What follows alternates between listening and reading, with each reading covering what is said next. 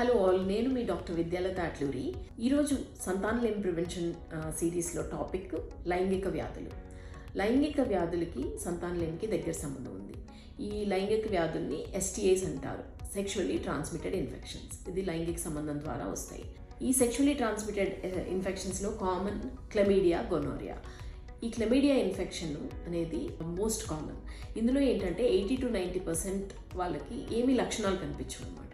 10 to 20%లోనే కొన్ని లక్షణాలు కనిపించకపోయినా లోపల డ్యామేజ్ అనేది జరుగుతూ ఉంటుంది. ఫీమేల్స్లో, మహిళల్లో ఏమవుతుందంటే ఫెలోపియన్ ట్యూబ్స్ బ్లాక్ అయిపోవడము, పెల్విక్ ఇన్ఫ్లమేటరీ డిసీజ్ అంటారు, అది రావడము, దీనివల్ల సంతానలేమి వచ్చే అవకాశం ఉంటుంది. పురుషుల్లో స్పర్మ్ ప్రొడక్షన్ దెబ్బతింటము, స్పర్మ్ ట్రాన్స్పోర్ట్ దెబ్బతింటము, ఇలాంటివి రావచ్చు. ఇవి కనుక మనకి తొందరగా మనం గుర్తిస్తే ఇన్ఫెక్షన్ ఉంది అనేది, ట్రీట్మెంట్ తీసుకుంటే దాన్ని నియంత్రించవచ్చు.